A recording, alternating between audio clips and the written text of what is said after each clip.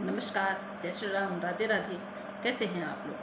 I hope आप लोग सभी बहुत अच्छे होंगे। मैं भी बहुत अच्छी हूँ और आप सभी लोगों की मैं अच्छी होने की ईश्वर से कामना करती हूँ कि आप लोग जहाँ रहें स्वस्थ रहें, मस्त रहें और अपने अपने कामों में व्यस्त रहें। तो आइए, आ गई हूँ आप लोगों के सामने एक और वीडियो लेके।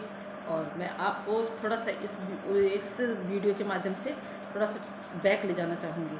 मैं वहाँ से इनकी जर्नी से, जो इनकी नेपाल से जो जर्नी हुई है, वहाँ से मैं थोड़ा सा आप लोगों को बताना चाहती हूँ कि गाइस, मेरे मन में जो ना, मैं इस केस के बारे में जिस तरह से सोचती रहती हूँ तो मेरे मन में ख्याल आते हैं। मोमिन सर जब गए थे तो मोमिन सर ने सारी चीज़ें जो है वो ओपन की थी, वहाँ खोल के हर चीज़ ओपन की थी। लेकिन सर्चिंग में जब मोमिन सर ने दिखाया, जब उन्होंने सर्च किया, उन्होंने देखा, उन्होंने बाकायदा वहाँ पे वो फिज़िकली वहाँ पे गए, उस होटल वाले से बात करी। मोमिन सर ने वहाँ कंप्लेंट भी दर्ज करी। उस कंप्लेंट का क्या हुआ अभी तक हमें पता ही नहीं चला। खैर, वो उनका लफड़ा है, हमें उससे कोई लेना देना नहीं है। तो जिस तरह से आप लोगों ने देखा होगा कि ये इसने बोला कि हमने पशुपतिनाथ मंदिर में शादी कर दी। इसके भैया भी बहुत दिनों तक चिल्ला रहे थे कि पशुपतिनाथ मंदिर में शादी कर दी। मोमिन सर गए, वहाँ पता चला कि वहाँ पे शादी होती ही नहीं है उस मंदिर में। उसके इर्द गिर्द ऐसा कोई मंदिर नहीं है जिसमें इन्होंने शादी की। फिर जिस तरह से ये वहाँ पे बहाने बना के जाते हैं, तो गाइस मैं आपका ध्यान ना उस तरफ ले जाना चाहती हूँ दोबारा से। जब ये होटल रूम में होते हैं, उसमें तीन तीन बेड होते हैं। तीन बेड होने के बाद जो है उसमें बियर की, दारू की बॉटल्स होती थी, जो कि उन्होंने बताया, होटल मालिक ने। और ये वहाँ से परचेज़ नहीं करते थे, ये बाहर से ले जाते थे। तो चलिए, ये बातें तो सबको ही पता होगी, इन बातों पर हम ज़्यादा वो नहीं देंगे। तो गाइज़, मैं चाहती हूँ कि मैं क्या चाहती हूँ, मेरे सभी बहन भाई भी यही चाहते होंगे कि जो थर्ड पर्सन इनके साथ था, क्योंकि लप्पू की तो औकात नहीं है यहाँ से और वहाँ तक अकेले जाने की, नेपाल अकेले जाने की। जो तीसरा बंदा था इनके साथ में, वो नेपाल कौन गया था, जिसने इनकी फ़ोटो ली जब इन्होंने कमरे में मांग भरी। मैं एक एक स्टेप करके एक एक शॉर्टली आप लोगों को बताऊंगी, ज़्यादा आप लोगों का वो नहीं करूँगी, माइंड में डिस्टर्ब नहीं करूँगी। तो उस व्यक्ति के बारे में पता होना चाहिए, क्योंकि जब तक लप्पू को नहीं पढ़ेंगे ना कनपट्टी पे, लप्पू भी नहीं बताएगा। जब तक ये अंदर नहीं जाएगी, बद नहीं बताएंगे और हमें पता भी नहीं चलेगा। और ये लोग अगर इस तरह ही खुले रहे और ये सीधा इस पे धावा बोल दिया, तो बहुत सारे ऐसे लोग बच जाएंगे कि जिन्होंने इसको यहाँ लाने में ना एड़ी चोटी का जोर लगाया। बहुत सारे ऐसे लोग बच जाएंगे। तो हम बिल्कुल भी नहीं चाहते कि ऐसे कोई भी लोग बचे जिन्होंने ये क्राइम कर रखा है, क्योंकि ये क्राइम है। इनलीगल किसी व्यक्ति को अपने देश में प्रवेश कराना और अपनी देश की जो हमारे सुरक्षा कर्मी हैं उनको मात देना, अपनी सिक्योरिटी को मात देना, अपने जो है पूरे देश को मात देना, बोलने का मतलब है कि पूरे देश के साथ धोखा करना। तो ये बिल्कुल जायज़ बात नहीं है। और हमारा कानून हमें ये नहीं सिखाता कि हम लॉ तोड़ें। जिस तरह से दो पुलिसकर्मियों की, दो सिक्योरिटी गार्ड उनकी जो जॉब गई है, उनके घर का हाल क्या होगा, उनकी नौकरी चली गई है, उसके बारे में कोई नहीं सोच रहा है, उनके बारे में कोई नहीं सोच रहा है। मोमिन सर ने एप्लीकेशन डाल भी रखी है कोर्ट में उनकी जॉब से लेके, लेकिन अभी इतना जो सब कुछ हो गया है तो उस बीच में जो है हो सकता है कि कुछ चीज़ें माइंड में से निकल जाएँ। कुछ चीज़ें, बहुत सारी ऐसी चीज़ें हैं जो छोटी छोटी चीज़ें हैं और बहुत काम की हैं। तो छोटी छोटी चीज़ें, जिस तरह से ये होटल रूम में थे, इनके साथ में तीसरा बंदा कौन था? जब ये मांग भर रही थी तो तीसरा बंदा कोई जो है वो कैमरे को हिला हिला के फ़ोटो खींच रहे थे। इन्होंने टाइमर वाला तो कर नहीं रखा था, क्योंकि टाइम हम फिक्स करेंगे और उसके बाद हम बैठ जाएंगे तो साफ हम दिख जाएंगे, उसमें मूवमेंट करते हुए दिख जाएंगे। ये तो बिल्कुल ऐसे सिंदूर की डिब्बी, वो सिंदूर उसमें था, कागज़ में था, आई थिंक सो, मेरे को जहाँ तक याद है कागज़ में था कुछ, और सिंदूर था, वो आलता था, क्या था उससे हमें कोई लेना देना नहीं, बट रेड कलर का था। तो ऐसे था ये, बिल्कुल ऐसे बिल्कुल वो हो रखा था, तैयार हो रखा था उसको डालने के लिए। फिर एक बंदा ऐसा था जो बिल्कुल पोज ले रहा था, ये ऐसे करके उस बंदे का भी पता चलना चाहिए, क्योंकि हमें हर चीज़ चाहिए, हमें हर चीज़ जानने का अधिकार है। क्योंकि हम 2 सालों से इस केस में लगे हुए हैं, तो हमें हर उस चीज़ को जानने का अधिकार है जो इस केस से रिलेटेड है। फिर दूसरी बात कि ये आ जाती है वहाँ से, उसके बाद ये 50 दिन फिर ये वहाँ से क्या करती है, वापस चली जाती है। ये तब कहती है कि जैसे मैंने वो वीडियो भी डाल रखी है TV9 भारतवर्ष की, तो उसमें भी बता रखा है। इसने तब भी ये बोला था कि मैं बच्चों को छोड़ के तभी आने वाली थी, पर सचिन ने बोला कि नहीं नहीं तू बच्चों को लेके आ। तो गाइस फिर ये क्लिक करता है यहाँ पे, बच्चों को लाने का क्या मकसद रहा होगा। फिर वो ऐसा व्यक्ति कौन था जिसने ये सोचा होगा कि इन्होंने यहाँ तक लीगल आना है और इसके बाद इन्होंने यहाँ से लीगल इनलीगल जाना है। वो कोई जाना माना व्यक्ति होगा जिसको पता है कि नेपाल से हमारे जो है बहुत अच्छे संबंध है, और यहाँ से अगर इसको ले भी गए तो कोई पूछेगा नहीं, और कोई पूछता भी है तो भाईबंदी का वो दे के और उनको आगे बढ़ा देंगे। जब ये बॉर्डर पे उतरती हैं तो एक गाड़ी जो है इनको लेने के लिए चली जाती है। वो गाड़ी किसकी होती है, क्या होती है, आगे मैं बताऊंगी आप लोगों को। तो गाइस समझ में नहीं आता है कि ये प्रोग्राम इन लोगों का कब से बन रहा था। जिस दिन ये 50 दिन तक ये छुपी रही, ठीक है ना, 50 दिन तक ये ऐसे रही कि जैसे अज्ञातवास में होता है, क्योंकि हम लोगों को कोई पता नहीं था, कोई अंदाज़ा था भी नहीं कि कोई इस तरह से किसी व्यक्ति को दूसरे मुल्क से, दूसरे देश से अपने देश में ला सकता है। अच्छा, उन 50 दिनों में गाइज आप खुद ही लगा लीजिए कि ये अगर 50 दिन तो वहाँ पे थी, जिस तरह से वो उन घर वाले ने बोला है, वो दादी जी ने बोला था कि ये 24 घंटे फ़ोन पे लगी रहती थी, और इसने ये भी बोला था कि नहीं मेरे पे किसी को शक नहीं होगा, मैं अपना काम ख़त्म करके ही आऊँगी। और इसके पास बोला कई फ़ोन थे, तब भी बहुत सारे फ़ोन थे। अब सोचने की बात यह है गाइज, अगर 2019 से इन दोनों का आपस में राब्ता हो गया था, सचिन का और भगोड़ी का, तो 2019 में तो हमारे यहाँ PUBG बंद हो गया था, बैन हो गया था। फिर ये कहाँ मिले, किसने मिलाए, इन चीज़ों को नहीं सोच रहे हैं, इन चीज़ों को नहीं देखेंगे। भाई तुम मिले कैसे हो, मेन मेन वो कौन था तुम्हें मिलाने वाला। फिर ये कहती है कि हमारा तो इतने सालों से हम अफेयर में थे, इतने सालों से मैं इसको वहाँ से पाकिस्तान दिखाती थी, ये मेरे को यहाँ से हिंदुस्तान दिखाता था। कहाँ पे दिखाते थे भाई, एक रूम में हैं। जब तू 24 घंटे अगर तू वीडियो कॉल पर रहती थी और तू कहती मैं घर से बाहर नहीं निकलती थी, तो फिर तो वहाँ से पाकिस्तान कैसे दिखा लेती थी। बेशरम औरत, बेगैरत औरत कैसे दिखा लेती।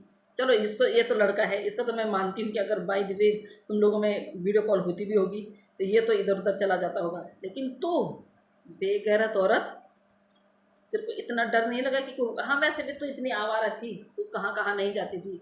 वो पार्लर वाली आंटी बता तो रही थी कि तू कैसे कैसे टिप देती थी लोगों को, कहाँ कहाँ जाती थी, किस तरह का मेकअप करवाती थी, और तूने ही खुद बोला है कि मैं कई बार दुबई भी जा चुकी हूँ।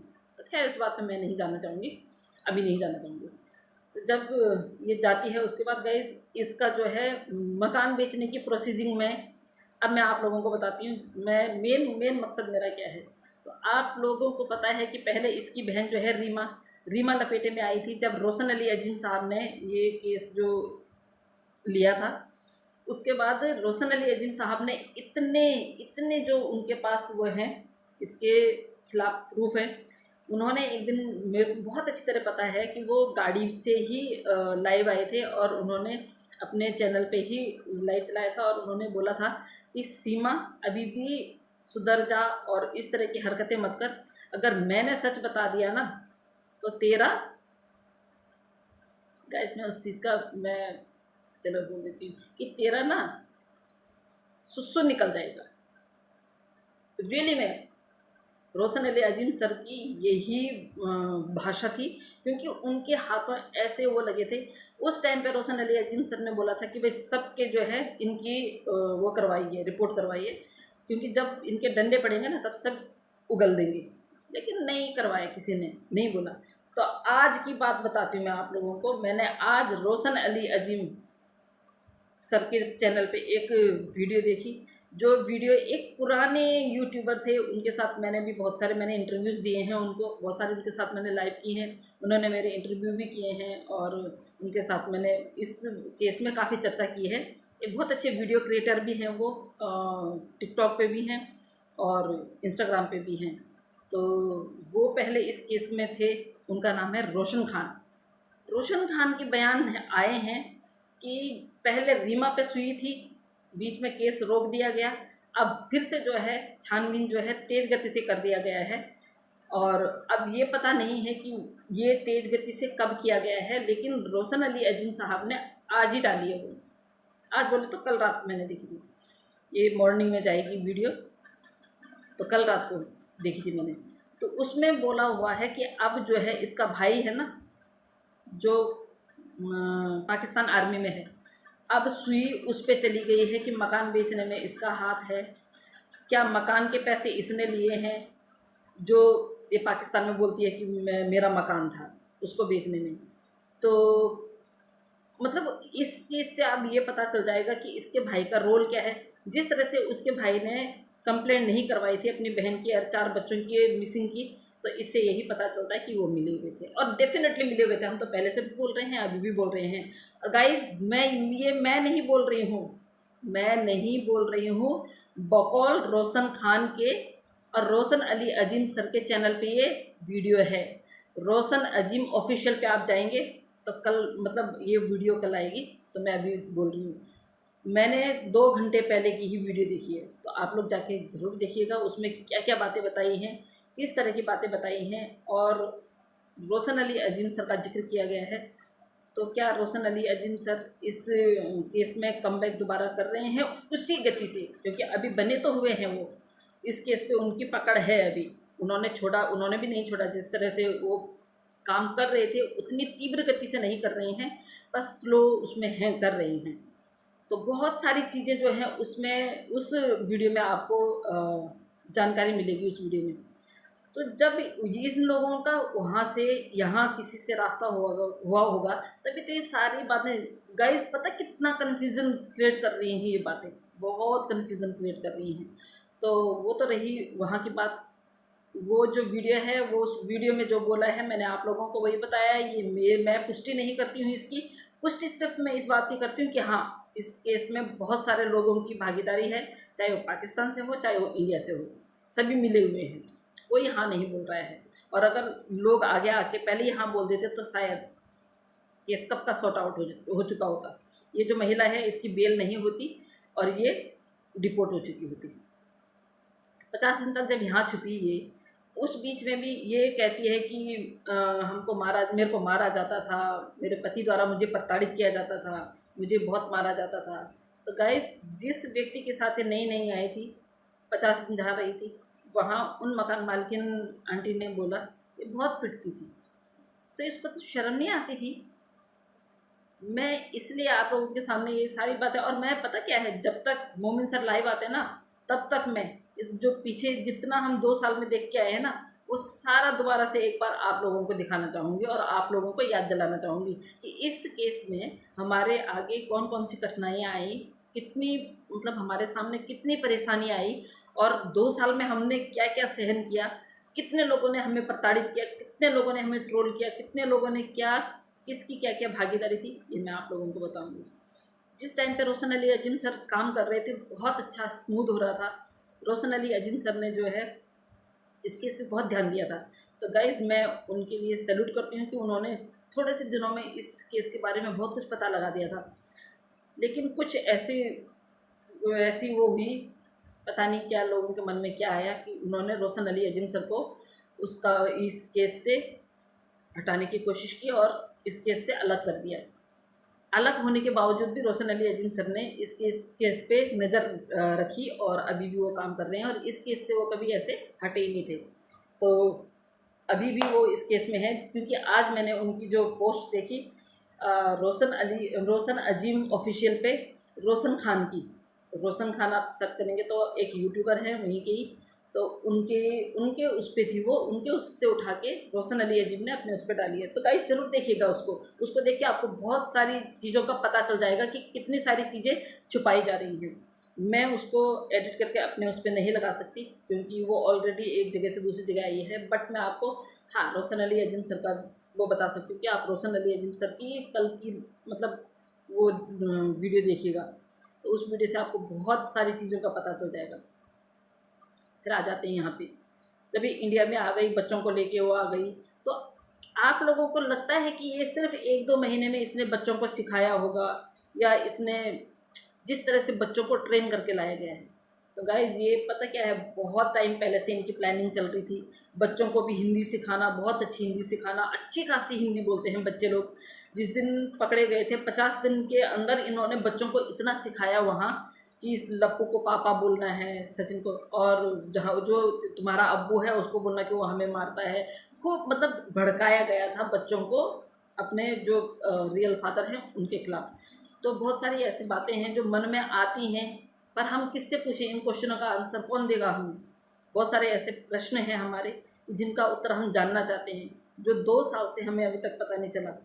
तो इन्हीं सवालों के साथ में हम तब तक का इंतज़ार करेंगे जब तक इसको सज़ा मिलती है, और इन्हीं सवालों के साथ में ना हम आगे बढ़ेंगे भी और इसको सज़ा भी मिलेगी। लेकिन ये सवाल हमारे फिर भी रहेंगे, जो हमारे छोटे छोटे सवाल हैं जिनका जवाब हमें ज़रूरी चाहिए। जो छोटे छोटे सवाल हैं ना, उनके अंदर बहुत गहराई छुपी हुई है। मैं जब क्लिक करता है ना मेरे को, तो मैं बहुत गहराई से सोचती हूँ। तो उस टाइम पे लगता है कि यार इसका भी जवाब चाहिए हमें, लेकिन जवाब देगा कौन? कौन देगा? उनको पूछो जिन्होंने इसकी बेल करवाई थी, पराशर सर को, वो कहते हैं मैं नहीं बता सकता हूँ। जो भैया जी हैं, भैया जी कूदे इसमें, भैया जी का पता नहीं क्या था क्या नहीं था। जो कि भैया जी बोलते हैं कि मैं रिश्तों की परख जो है ना, बहुत परख के मैं रिश्ते बनाता हूँ किसी से। तीसरे दिन में इसको बहन बना लिया था। इतना परखा आपने 3 दिन में? तो गाइस बहुत सारे दिमाग में क्वेश्चन आते हैं। मैं आप लोगों को भी कंफ्यूज कर दूँगी ऐसे ये बोल बोल के, क्योंकि सच में मैं कंफ्यूज हो जाती हूँ कभी कभी कि 2 साल तक हम जिस चीज़ के लिए लड़ रहे हैं, उस चीज़ का हमें ये पता ही नहीं कि ये किया किसने, इसमें कौन कौन थे। चाहे वो पड़ोसी मुल्क से, चाहे इस मुल्क से, हमारे मुल्क से। ये जानना बहुत ज़रूरी है हमारे लिए, क्योंकि फिर तो हमें पता ही नहीं चलेगा कि केस कैसा हुआ कैसे नहीं हुआ। और मुझे लगता है कि जब इस केस के हम फाइनल दौर पे होंगे तो शायद तब सारी चीज़ें उठेंगी। तो गाइस और सारी बातें जो है मैं दूसरी वीडियो में करूँगी आपके साथ में। दूसरी वीडियो बनाऊँगी आप लोगों के लिए, और उसमें मैं और सारी बातों को लेके आऊँगी। अभी ज़्यादा कंफ्यूज नहीं करूँगी, वीडियो लंबी हो रही है। तो अभी आप लोगों से लेती हूँ आज्ञा। तब तक के लिए मुझे आज्ञा दीजिए, जब तक मैं दूसरी वीडियो लाती हूँ। नमस्कार, जय हिंद, जय भारत।